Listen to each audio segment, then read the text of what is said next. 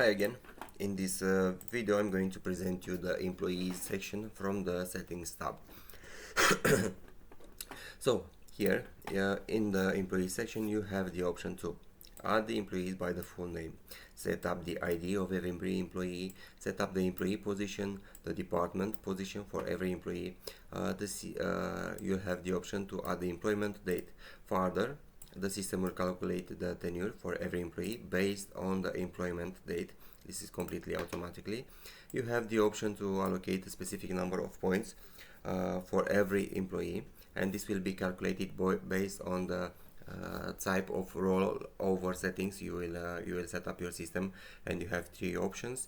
You have the current year, you have the fiscal year, and by number of days, and you have to know that this number of points will be used for any type of rollover type you will use in your system. Further, use points and unused points, this will be automatically presented to you here. Active employee, this means that you will have to set up your employee as being active or as being fired, meaning not active. When your employee is active, you'll have to select this green check mark. When your employee is not working for you anymore, you just have this to select this red cross and insert in the next column the date since that employee is not working for you anymore, and you'll see that the employee is becoming inactive, and the tenure will be updated, because the tenure, in case when your employee is not working for you anymore, it will be calculated based on the employment date and between the firing date. Okay, so this Jessica Smith in this case worked for your company 12 years, 11 months and 4 days. Let's presume that Jessica is still working for us or for you.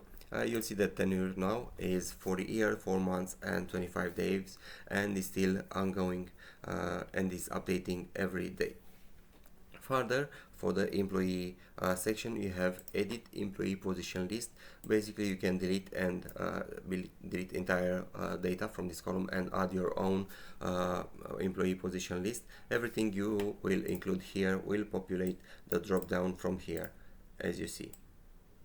Okay, so let's presume, let's delete, add new position, add new 3333.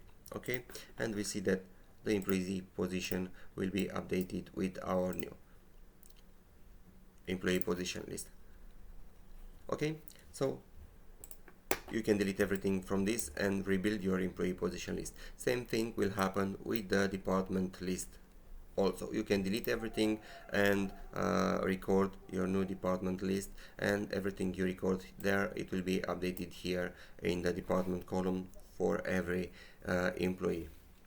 Once you have updated your employee list, you will see that every employee from your employee table will be available to select in the employee per year tab here on this drop down selection.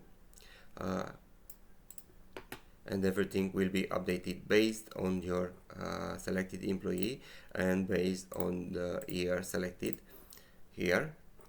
And also all the employees will be displayed in the attendance management tab. I will present to you this tab and also the employee per year tab in great details when I will get to that section. And you see that you'll have all the employees here with their status. On the left side, William Brown is not active, and it is this dark gray highlight, meaning that it is not working for us anymore. But you don't worry, you have the option to select here and filter everything. If you want to see only the active employee, just select here and you will preview only the active employees. Okay, so you don't have to worry about that, because you have the option to select to preview here only the active employees or only the inactive employees, or to preview all of them like we have now. Okay, that was all about the employee section, all the settings you can do here, and how it is affecting everything in these settings. Thank you. I will see you in the next video, where I'm going to present the rollover settings section.